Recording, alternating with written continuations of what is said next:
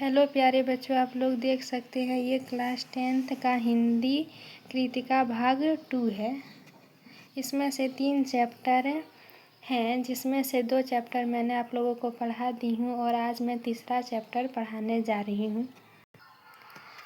तीसरा चैप्टर का नाम है मैं क्यों लिखता हूँ। इसके लेखक है अज्ञेय जी। चलिए मैं इस कहानी को शुरू करती हूँ। मैं क्यों लिखता हूँ, इस कहानी के लेखक है अज्ञेय जी। मैं क्यों लिखता हूँ, यह प्रश्न बड़ा सरल जान पड़ता है पर बड़ा कठिन भी है, क्योंकि इसका सच्चा उत्तर लेखक के आंतरिक जीवन के स्तरों से संबंध रखता है। उन सबको संक्षेप में कुछ वाक्यों में बांध देना आसान तो नहीं ही है, ना जाने संभव भी है या नहीं। इतना ही किया जा सकता है कि उनमें से कुछ का स्पर्श किया जाए, विशेष रूप से ऐसों का जिन्हें जानना दूसरों के लिए उपयोगी हो सकता है।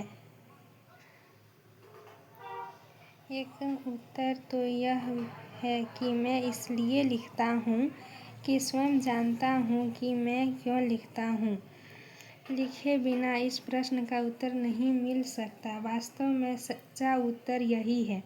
लिखकर ही लेखक उस आभ्यंतर विश्वसता को पहचानता है जिसके कारण उसने लिखा, और लिखकर ही वह उससे मुक्त हो जाता है।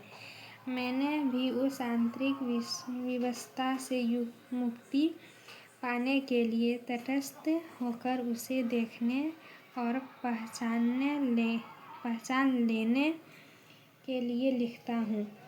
मेरा विश्वास है कि सभी कृतिकार, क्योंकि सभी लेखक कृतिकार नहीं होते, ना उनका सब लेखन ही कृति होता है।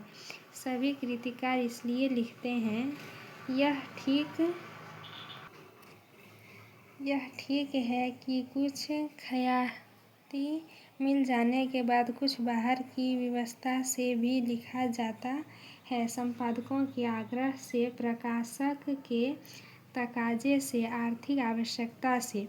पर एक तो कृतिकार हमेशा अपने सम्मुख ईमानदारी से यह भेद बनाए रखता है कि कौन सी कृति भीतरी प्रेरणा का फल है, कौन सा लेखन बाहरी दबाव का। दूसरे यह भी होता है कि बाहर का दबाव वास्तव में दबाव नहीं रहता, वह मानो भीतरी उन्मेष का निमित्त बन जाता है। उसके बाद है यहाँ पर कृतिकार के स्वभाव और आत्मानुशासन का महत्व बहुत होता है। कुछ ऐसे आलसी जीव होते हैं कि बिना इस बाहरी दबाव के लिख ही नहीं पाते। इसी के सहारे उनके भीतर की विवशता स्पष्ट होती है। यह कुछ वैसा ही है जैसे प्रातःकाल नींद खुल जाने पर कोई बिछौने पर तब तक पड़ा रहे जब तक घड़ी का अलार्म ना बज जाए। इस प्रकार वास्तव में कृतिकार बाहर के दबाव के प्रति समर्पित नहीं हो जाता है, उसे केवल एक सहायक यंत्र की तरह काम में लाता है, जिससे भौतिक यथार्थ के साथ उसका संबंध बना रहे। मुझे इस सहारे की ज़रूरत नहीं पड़ती, लेकिन कभी उससे बाधा भी नहीं होती। उठने वाली तुलना को बनाए रखूं तो कहूँ कि सवेरे उठ जाता हूँ अपने आप ही, पर अलार्म भी बज जाए तो कोई हानि नहीं मानता। यह भीतरी व्यवस्था क्या होती है, इसे बखानना बड़ा कठिन है। क्या वह नहीं होती, यह बताना शायद कम कठिन होता है, या उसका उदाहरण दिया जा सकता है। कदाचित वही अधिक उपयोगी होगा।